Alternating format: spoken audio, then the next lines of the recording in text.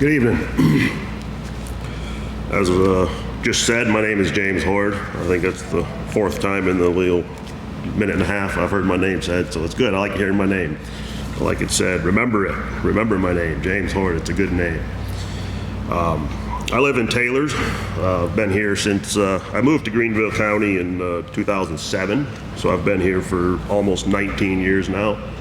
I think I can pretty much call this place home by now. It is home. It is my home for now and for today. It's going to be my home for the foreseeable future. I have no intention of leaving this place at all. I've come to love this place, and it's a good area. I love the layout of the land. I love everything about it. Got lots of friends around here, some family, so I definitely don't intend to be leaving this area anytime soon. I've been politically active in many different areas in Greenville County. I've been part of the Republican Party. I was second vice chair over there for a short spell. I've been involved in many political groups. This afternoon I was at the Greenville Republican Women's Luncheon, where we heard from the Attorney General candidates. So I've been active in the politics for quite some time. Basically from the day I got here, I started getting plugged in and trying to figure out where I could help and what I could do. In light of that, I'm going to give a little nod to my friend here, Joe Dill. About 5 years ago, he was still on council at that time, and so I went to Joe and I said, Joe, what can I do? I've applied for various boards, I've done different things. I want to do something, I want to help. Where can I help? And at that time, he suggested that I know the right spot for you, and it's an easy job. There's no controversy, there's nothing. It's a walk in the park. You'll just go on there and be fine. He says, I want you to be on the library board. Oh, well, that's easy. I can go do the library board. That's nothing. Well, that didn't last but a little while, and we were hit with some pretty severe controversy concerning bad books. And we didn't ban a single book. Not one book has been banned from the library, but what we did do is we enacted a policy that took all of these bad books, these pornographic books, we took them off of the low shelves where kids could get to them, and we put them under strict adult supervision, so that if an adult says you can have the book, then you can have it, but under your own power, you are not allowed to access the book. It's not within your reach. You can't pick it up next to a teddy bear or anything like that. So that's what I've been doing. I've been served there. I just got reappointed for another 4-year term to the library board, so I've been there now 5 years, and we've been doing good stuff on there. And some people take an issue with what we've done on the library board, but I can tell you the ACLU of South Carolina doesn't like what we did. They have filed lawsuit to change some of the good things that we're doing. They want it back the other way. So in light of the questions here before us, we've got the same questions, so you're going to hear the same questions repeated over and over again. So in regards to question 1, which is your position on data centers and being built in Greenville County, I do not support them currently. I don't see any reason to have a data center here. I believe the current council policy at this point is that they will offer no subsidies, no incentives or anything to data centers. So they're pretty much not coming here because they're not going to get any help. And I support that. I have no intention of changing that policy. I don't support them coming, and I don't want to build them here. I don't think we need to bring them here at the moment. Which kind of leads me into question 2, which is great pivot, because question 2 is, what is your position regarding new residential development in District 17 and or imposing zoning? Currently, right now, we don't have anything that would prevent a data center from coming to our district. There's no law in the books that I'm aware of at the moment that says no data center, you can't come. So if they want to come here and they want to abide by all the rules, pay all the fees, and they can come. They're allowed in this district. And so when the question is, do you support imposing zoning. I do support measured zoning, some way of zoning, because with zoning, you could say with that law that, sorry, you're not coming, data center. We have zoned this area off, and we have said no data centers here, and we've done that with a legal law. We've actually passed a rule then at that time that will say no data centers, and I would support that type of zoning where we could say this is not allowed in our district. With zoning, we could also zone off agriculture areas. We live in a very beautiful country. As I drive around this county here in this district, a lot of pastures, a lot of horse fields, a lot of good farming country up here. We could easily zone that off and say that is reserved for only agriculture things, things that would do in that as far as farming, horse, all that kind of stuff. Zoning's not the magic wand, it's not the magic pill, it's not going to solve every problem in the book, but I believe we could use it as a tool. If we put it in our tool belt, we could easily use this tool to help control some of the growth, some of the development we see. With regards to development, what is development like? Development loves, first of all, no zoning. They like wide open where they can do what they want. The second thing they love is public sewer and public water. Wherever you have public sewer and public water, development's going to be right behind it. They love that because it's cheaper. They don't have to put in septic systems. They don't have to drill wells. The cost of building is a lot cheaper for them, and they can make more money. They love that. I personally believe that we need to figure out a way, and zoning is a possibility. It's also maybe through some LDRs we could regulate and restrict where our water and our sewer goes. Water's pretty much everywhere already. It's pretty much, I don't know that there's a huge problem with water, but sewer. I would oppose any sewer treatment plants up here in this district. I've heard they're trying to build one. They got some land somewhere. They want to build a big treatment center, and I would oppose any big treatment centers up here. I don't believe that we need to expand the public sewer, which will just bring in more development. And with public sewer, you can get a lot more density. That's where you have your density problems with housing. If you have a septic system, you have to have more property, more land, more area to put that stuff. Makes you have a bigger lot size, makes you have more acreage and things. It's more amenable to this part of the country not to have public sewer. So I would oppose that kind of stuff. And in another thing with development, I don't know about you, but my phone's been blowing up the last couple of days. My mailbox is full. I'm seeing everything. There's a big realtor group out there that's lobbying. They want what they want. Well, the last time we put a candidate in office that was endorsed by the realtors group, you ended up with the largest tax hike in 3 decades, 7 mil tax hike.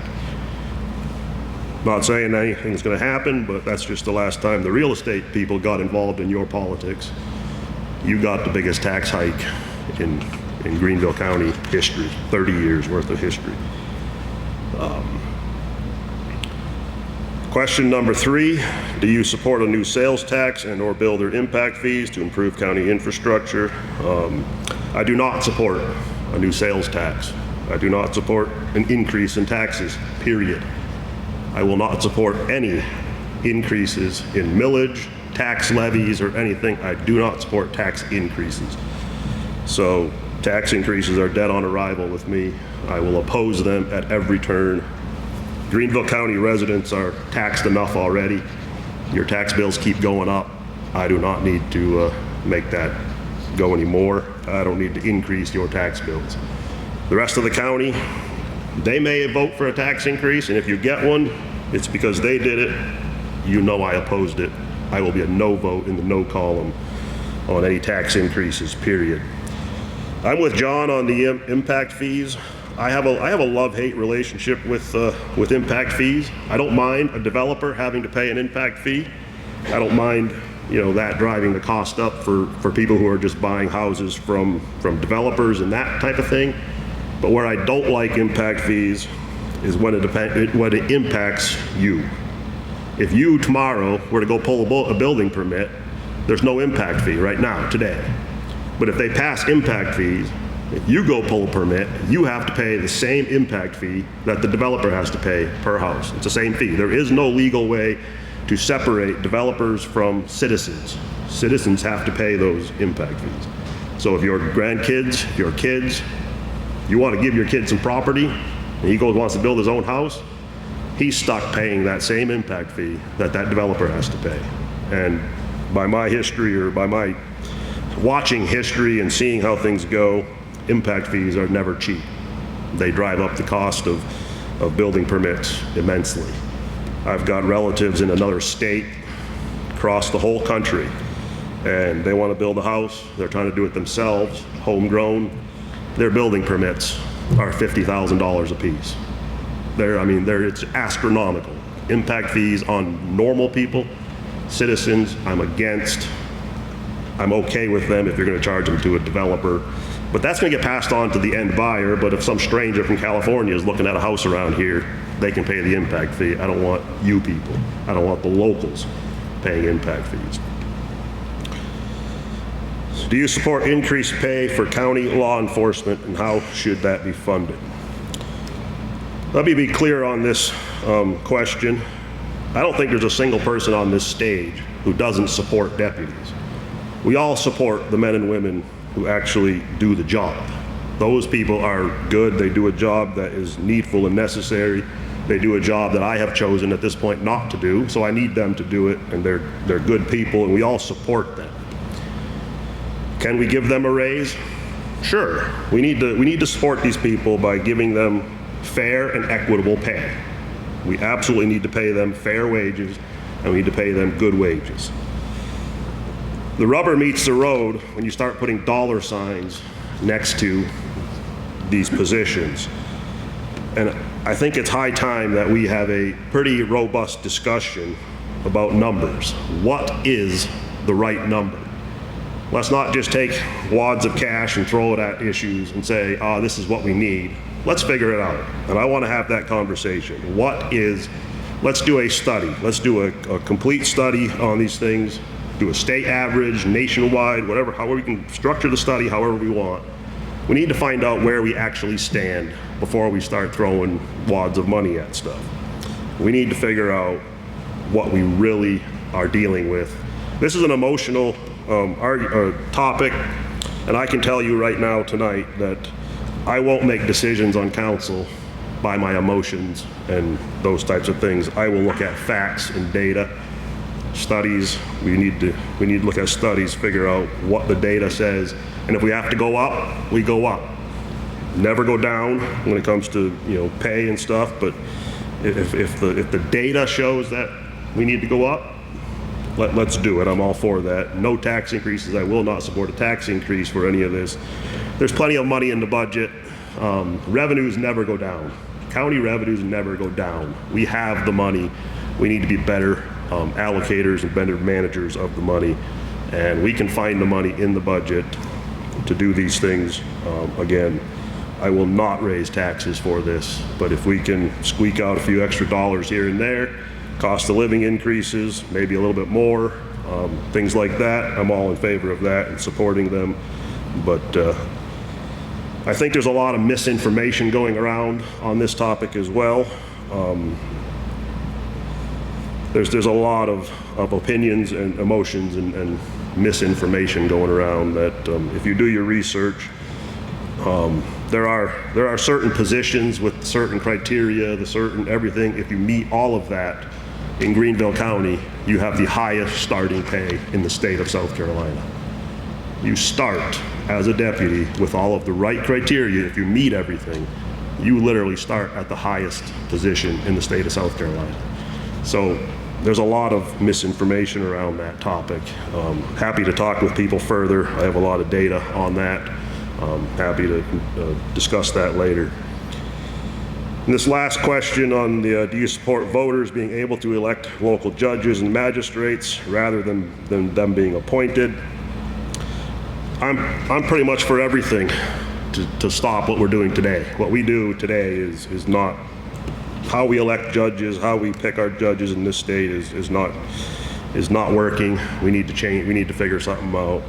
My personal preference would be to emulate the federal system where all judges are appointed by the governor with advice and consent of the legislature or the Senate. I just think that's the best way to take all the politics, lawyer, legislator, all that stuff, take all that out. I'm not against electing, if they wanted to go to an elected system, I wouldn't oppose electing judges, but I just do believe that the federal system of appointed by the governor with advice and consent of the Senate or legislature is the best way to do that. So with that, I think I'm to the end of all the questions. So June 9th or even tomorrow, if you want to go tomorrow, you can vote. Early voting has started. I appreciate all the support and appreciate your vote, and look forward to serving all of you. And I will do the best I can. I will not going to make promises that I'm going to go there and do this and I'm going to do that, because it takes 7 votes to do anything on council. It takes 7 people to agree. So I'm not up here saying I'm going to do this and that. What I'm up here telling you is that I will champion certain things and I will oppose certain things. I will be a no vote on taxes, tax increases. I don't care if the whole council wants tax increases, I will be a no vote. So that's, you know where I am, you know where I stand on those issues, and I have all the relationships with current council members. I actually happened to help get 5 of them elected. I know them very well. I have all the relationships with them. I can work with them. We can actually be a good team together. So I've got what it takes to save this, to make this area better than to leave it better than what we got it to our children and our children's children. So thank you.